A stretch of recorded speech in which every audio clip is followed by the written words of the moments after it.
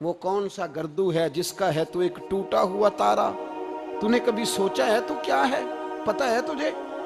روزی کماؤ، روٹی کماؤ، اور اب تو بہت سارے لوگ جھوٹ کی دنیا میں زندہ ہیں، جھوٹ بولتے ہیں اپنے آپ کے ساتھ، دائیں بائیں فراڈ کر رہے ہیں اپنی ذات کے ساتھ، خول بنا لیا اس میں بند ہو گئے، باہر ہی نہیں نکل۔ اپنے ملک کی سوچو، اپنی بات کرو۔ علامہ اقبال نے پتہ کیا کہا تھا؟ اقبال نے، یہ سنو، جو لوگ کہتے ہیں پہلے پاکستان، برما کے مسلمان بعد میں، کشمیر کے مسلمان پہلے سنو اقبال کیا کہتے ہیں۔ اقبال کہنے لگے ان تازہ خداؤں میں بڑا سب سے وطن ہے، ان تازہ خداؤں میں بڑا کون ہے؟ وطن کی محبت ایمان کا حصہ، اس میں شک نہیں، لیکن اگر اسلام سے پہلے وطن آ گیا تو اقبال کہتے ہیں ان تازہ خداؤں میں بڑا سب سے وطن ہے، اور جو پیرہن اس کا ہے وہ مذہب کا کفن ہے۔ فرماتے ہیں جو وطن اوڑھ لیتا ہے اس نے اپنے مذہب کو دفن کر دیا۔ سب سے پہلے پاکستان نہیں، سب سے پہلے رسول اللہ کا دین ہے، سب سے پہلے قرآن ہے، سب سے پہلے نبی پاک کا فرمان ہے، سب سے پہلے امت مسلمہ ہے۔ ان تازہ خداؤں میں بڑا سب سے وطن ہے، جو پیرہن اس کا ہے وہ مذہب کا کفن ہے۔ اور اقبال کہنے لگے قوم مذہب سے ہے، مذہب جو نہیں تم بھی نہیں۔ قوم مذہب سے ہے، مذہب جو نہیں، کوئی نہیں سمجھ آ رہی ہے آپ کو میری بات؟ قوم کس سے ہے؟ پاکستانی ہونے سے، پنجابی ہونے سے، سندھی بلوچی پٹھان ہونے سے نہ، قوم مذہب سے ہے، اور مذہب جو نہیں تم بھی نہیں۔ یہ کیسے ہو سکتا ہے کہ مذہب نہ ہو اور بندہ زندہ رہے؟ یہ کیسے ہو سکتا ہے بھائی؟ کافر نے اصل میں جاگ ہی نہیں رہا، میں جاگتا ہی نہیں، میں جیب کی سوچتا ہوں، مسجد کی سوچتا ہوں، خانقاہ کی سوچتا ہوں، مدرسے کی سوچتا ہوں، دکان کی، سارا دن تو اس چکر میں لگا رہتا ہوں لوگوں کو ثابت کرنے میں کہ میں صحیح ہوں باقی غلط ہے۔ میں تو اپنی ذات کے خول سے اٹھ ہی نہیں رہا، اور مجھے یہ اندازہ ہی نہیں کہ لیبیا سارا کٹ گیا، مصر کے ٹکڑے ٹکڑے ہو گئے، مجھے پتہ ہی نہیں کہ شام، جس کے بارے میں میرے نبی پاک علیہ السلام نے فرمایا مکے اور مدینے کے بعد اللہ نے سب سے زیادہ برکتیں ملک شام میں رکھی ہے، اور حضور نے فرمایا جس نے ہجرت کرنی ہو وہ شام جائے۔ اتنا اعلیٰ ملک سارا کٹ گیا، 4 ہزار لوگ ایک دن میں قتل ہو گئے، اور میرا گھر اب آباد ہے نا، کوئی حرج نہیں، وہ کٹتے ہیں تو وہ دور ہیں، کٹتے رہیں۔ فلسطین میں ہمارے یہاں معراج کی محفلیں بڑی جم کے ہوتی ہیں، سارے لوگ پڑھتے ہیں سبحان الذی اسریٰ بعبدہ لیلا من المسجد الحرام الی المسجد الاقصی۔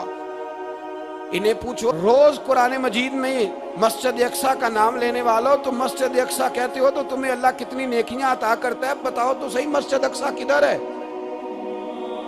اور اب تو میری طرح کے مولوی آدھی حدیث سناتے ہیں، کہتے ہیں مسجد نبی میں ایک نماز پڑھو تو 50,000 کا ثواب، حرم شریف میں پڑھو تو 1,00,000 کا ثواب۔ مولانا حدیث یہاں سے شروع نہیں ہوتی، کھولو تو صحیح کنز المعال، پڑھو مسند امام احمد بن حنبل، حدیث تو یہاں سے شروع ہوتی ہے۔ میرے نبی پاک نے فرمایا مسجد اقصی میں جس نے ایک نماز پڑھی 25,000 کا ثواب، اور میری مسجد میں جس نے ایک نماز پڑھی 50,000 کا ثواب، اور اللہ کے گھر بیت اللہ جس نے پڑھی 1,00,000 کا ثواب۔ مسجد اقصی کا تو ذکر ہی چھوڑ گیا ہے، کیوں؟ وہ مسجد جس کی طرف منہ کر کے 15 سال میرے نبی پاک نے نماز ادا کی، کس نے؟ بولیے گا 15 سال تک، 2 ہجری میں 13 سال مکے میں، 2 سال مدینے میں، مسجد اقصی کی طرف جدھر منہ کر کے تیرے اور میرے رسول نماز پڑھتے رہے۔ آج وہ مسجد یہودی کے قبضے میں ہے، کئی جمعے تالا رہتا ہے، وہاں نماز نہیں پڑھنے دی جاتی۔ مجھے کیا لگے اس بات سے؟ میری مسجد میں تھوڑی لگا ہوا ہے۔ ایسی ہوا چلی ہے کہ ہر شخص سوچتا ہے تمام شہر جلے بس ایک میرا گھر نہ جلے۔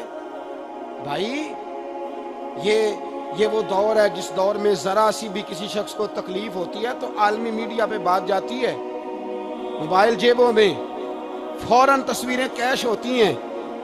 میں اور آپ، ہمارا اس قوم سے تعلق ہے جس قوم کے بچے کٹ گئے، ذبح ہو گئے، عورتوں کے پستان کاٹ کے برما کے بدھوں نے ان کے کباب بنا کے کھا لیے، چھوٹے چھوٹے بچوں کی لاشیں انہوں نے لٹکا ڈالی. اور یہاں میں حکومت کی کیا بات کروں، یہاں کسی سیاستدان کو مکھی کاٹ جائے تو ہمارے پھٹے آباد ہو جاتے ہیں بحث کرنے کے لیے. ہمارے اپنے لوگ، عام آدمی نہیں بات کرتا، عام آدمی نہیں نکلتا، عام شخص کو فکر ختم ہو گئی. میری بھائی سب سے بڑھ کر بہترین مسجد کے خطیب امام حسین تھے. مسجد نبی سے بڑی بھی کوئی مسجد ہوگی جس ممبر پر رسول پاک بیٹھ کے خطبہ دیا کرتے تھے؟ اور میرے مصطفیٰ کے آستانے سے بڑا بھی کوئی آستانہ ہوگا جس کی سجادگی امام حسین کے پاس تھی؟ کہتے ہیں ہمارا کیا تعلق، ہمیں کیا لگے، جو مرضی ہوتا پھرے. امام علی مقام آرام سے مسجد نبی میں بیٹھے تھے. زمانہ پوری دنیا سے جاتا تھا، ہاتھ چومتا تھا، قدموں میں بیٹھتا تھا. اتنے بڑی عظمت والی بھی کوئی شخصیت ہوگی جس کے رگوں میں رسول اللہ کا خون دوڑتا ہے، جسے حضور اپنی زبان مبارک اس طرح وہ چوسا کرتے تھے جیسے عرب کے لوگ پیاس کے عالم میں کھجور چوسا کرتے تھے. اتنا بڑا بھی کچھ شخص تھا. لیکن جب دین پہ کڑا وقت آیا تو حسین نے مسجد کی خطابت نہیں بچائی، آستانہ نہیں بچایا. امام علی مقام نے کہا کوفہ لٹتا ہے تو لٹتا رہے، دمشق میں فساد ہوتا ہے تو ہوتا رہے، وہ ملک شام کی بچیاں رو رہی ہیں تو روتی رہیں کہ ہم پہ یزید قابض ہو گیا، میری مسجد آباد ہے، کافی ہے.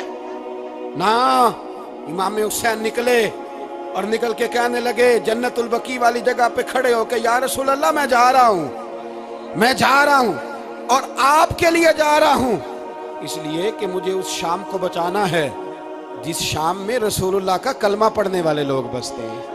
مجھے کوفہ، دمشق، مصر کے لوگوں کو بچانا ہے. نانا تیرے کرم کے خزینے کی خیر ہو، میں جا رہا ہوں تیرے مدینے کی خیر ہو.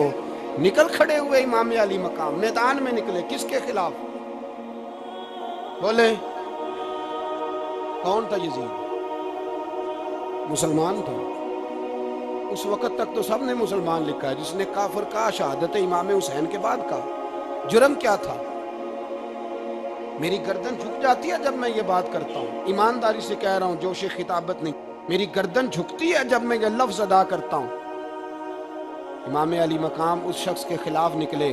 سارے خطبے امام حسین کے پڑھ کے دیکھو. امام حسین نے فرمایا یزید شرابی ہے.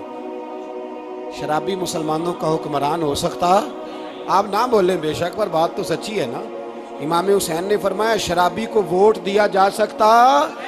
فرمایا رنڈیوں کا ناچ دیکھتا ہے جو مجرے دیکھے، جو رنڈیوں کے ناچ دیکھے وہ مسلمانوں کا حکمران ہو سکتا؟ امام حسین میدان میں نکلے اور 18 سال کے علی اکبر سے لے کر 6 مہینے کا علی اصغر دے دیا. لیکن شرابی کو برداشت، بے حیا کو برداشت تو میں کیسے کرتے ہو؟ دوستی قاتل سے بھی، مقتول سے یارانہ بھی، اپنی جیب سے فلیکسیں چھپوا کے ظالموں، جابروں، بدماشوں کو ووٹ دیتے ہو. امام حسین کو تیری دیگ کی ضرورت ہے جو تو 10 محرم پہ پکاتا ہے، چاولوں کی ضرورت ہے جو تو نے 9 محرم کو پکائے. ان کو اس بریانی کی عادت تھی جو تو نے پکائی ہے. میرے گھر میں فلاں M N A M P A صاحب آ گئے تھے. امام حسین کے گھر کے اندر یزید نے پیغام بھیجا. اس نے کہا جیسے کہو گے کر لوں گا، جتنے پیسے کہو گے دے دوں گا، جتنی مسجدیں کہو گے بنوا دوں گا، جتنے ادارے کہو گے تعمیر ہو جائے، مجھے نہ چھیڑو. آپ نے فرمایا نا، مسجد مدرسے اس وقت آباد رہتے ہیں جب حکمران صحیح ہوتے ہیں، اور جب حکومتیں غلط ہوتی ہیں تو پھر مساجد آباد، پھر مدارس کی آباد کاری ہو ہی نہیں سکتی. میں دین میں نیا رکھنا کھول دوں؟ امام علی مقام کھڑے ہوئے. پر میں کیا کروں؟ حکومت کیا کروں؟ حکومت سے کیا کہوں؟ اگر میری ملت کے اپنے جوان کے موبائل میں رنڈیوں کا ناچ ہو تو 10 محرم کو تو امام حسین کربلا میں تڑپ جاتے ہوں گے. اگر 9-10 محرم کو جو نکلا امام علی مقام کی بات کرنے کے لیے، وہ نوجوان اگر سگریٹ کا، شراب کا، بدماشی کا عادی ہو تو حضرت علی اصغر کہیں گے نا میری قربانی کا کیا بنا؟ وہ تو نکلے تھے عریانی اور فحاشی کے خلاف. اور اگر ملت کا جوان روز چوک میں کھڑے ہو کے لڑکیوں کو تاڑتا ہو تو حضرت علی اکبر تو اپنی قبر میں روتے ہوں گے کہ یہ اس قوم کے لیے جان دے دی جو آج یزیدی طریقوں پہ عمل کر رہی ہے، جو ساری رات گند دیکھ کے سوتی ہے، جو ساری رات بے حیائی، فحاشی اور عریانی میں لگی رہتی ہے. ان لوگوں کے لیے جان دے دی. اتنا ظلم ان شہیدوں کے ساتھ. اور 10 محرم کو دیگ پکا کے کہتا ہے میں امام حسین کا ماننے والا ہوں, میں امام علی مقام سے پیار کرنے والا ہوں. نہ بھائی, نہ دو رنگی چھوڑ کے یک رنگ ہو جا, سراسر موم ہو جا یا سنگ ہو جا. امت مسلمہ کو بیدار ہونا پڑے گا. امام علی مقام میدان میں نکلے, ڈٹ کے نکلے, اور امام نے فرمایا میدان میں نکل کر کہ میرا وطن مدینہ ہے, میرا وطن مدینہ ہے, پر مدینہ بعد میں, رسول اللہ کا دین پہلے. تو پاکستان کی بات کرتا ہے. امام علی مقام نے فرمایا مدینہ کی شریعت بعد میں, رسول اللہ کا دین پہلے, اور تیرے تو بچے عام سے ہیں. امام حسین نے فرمایا میری گود میں جو بچے ہیں وہ رسول اللہ کے نواسے ہیں, پر بچے بعد میں, نبی پاک کا دین پہلے. آپ نے فرمایا تیری بیٹی بڑی باوقار ہوگی, اس کی بڑی عزت ہے. تو کہتا ہے بیٹی کی وجہ سے بلیک میل ہو گیا, لیکن جو شان خدا نے حسین کی بیٹی کو عطا فرمائی, جن بچیوں کا سر کا بال ننگا ہو جائے, سر کا بال ننگا ہو جائے, تو امام شورانی فرمایا کرتے تھے اگر مدینے میں کسی سید زادی کے سر کا بال ننگا ہوتا تھا تو سورج اپنا منہ چھپا لیا کرتا تھا, سورج چھپ جاتا تھا بادلوں کی اوٹ میں. اور مدینے والے سمجھ لیتے تھے کہ گھر میں کام کرتے کرتے کسی سید زادی کے سر کا کوئی بال ننگا ہو گیا. ان شہزادیوں کا اتنا وقار. اور امام علی مقام نے فرمایا بیٹیوں کی فکر بعد میں, رسول اللہ کا دین پہلے. پہلے رسول اللہ کا دین. قوم مذہب سے ہے, مذہب جو نہیں تم بھی نہیں. یاد رکھ میرے بھائی, امام علی مقام رضی اللہ تعالیٰ عنہ نے میدان میں نکل کر پہلے مذہب کی بات کی. اور آج دین نبی دا وانگ یتیمہ رووے تے کرلاوے آکھے میں کتھوں لبا عمر بہادر, میں کتھوں لبا عمر بہادر جیڑا مینوں سینے لاوے. معصوم بچے, معصوم. آج تک کدھر ہے تمہارا اقوام متحدہ؟ بلاؤ نا اسے. بھیک مانگتے پھرتے ہو کافروں سے, بھیک مانگتے ہو. بچہ شام کو گھر نہ آئے, ماں دروازے پہ نظر لگا کہتی بیٹے ٹائم پہ آ جایا کر, مجھے نیند نہیں آتی, وقت پہ. برما کی اس ماں سے بھی جا کے پوچھو جس کا بچہ پلٹ کے آئے کوئی نہیں, آیا ہی نہیں, اس سے بھی پوچھو. بچے نے آدھی رات کو روٹی مانگ لی تو فالج زدہ ماں, فالج تھا, وہ رینگتی ہوئی اٹھی اور اس نے اپنے لال کو روٹی پکا کے دی. باپ کہتا رہا چل چھوڑ, سو جا بیٹے تیری اماں. اس نے کہا نہیں مجھے نیند نہیں آتی, بیٹا بھوکا ہے. اس ماں سے بھی کبھی پوچھ, اس ماں سے جو بنگلہ دیش کے خیمے میں بیٹھی ہے, تو بی بی سی لندن کا رپورٹر کہتا ہے کہ تیری خواہش کیا ہے؟ کہتی کوئی بھی نہیں, چلو 2 دن کے بعد ہی صحیح میرے بیٹے کو ایک روٹی دے جایا کرو, یہ روٹی مانگتا ہے مجھ سے, میں کدھر سے لاؤں؟ یہ لوارث قوم ہے. میں حکمران سے جا کے بات کروں جب میرا اپنا نمازی مسلمان کہتا ہے پہلے پاکستان کے بچے تو پال لو؟ میرے بھائی تجھے خبر ہی نہیں. یہ تو جانا تو کبھی گنبد خضرا پہ, تو میرے مصطفیٰ نے فرمایا من ازا مسلم فقد ازانی. فرمایا جب میرا مسلمان تکلیف میں ہوتا ہے تو میں گنبد میں تکلیف میں ہوتا ہوں, مجھے درد ہوتا ہے, مجھے اذیت ہوتی ہے. پوچھ جا کے محبوب پاک سے. میرے عزیز کسی کو غم ہی نہیں ان لوگوں کا, کسی کو پرواہ ہی نہیں, کچھ سوچتا ہی نہیں ان کے بارے میں. میں اپنے گھر میں مست ہوں, آپ اپنے گھر میں مست ہیں. میرے رسول اللہ کی امت لٹ گئی ساری, جگہ جگہ تباہی.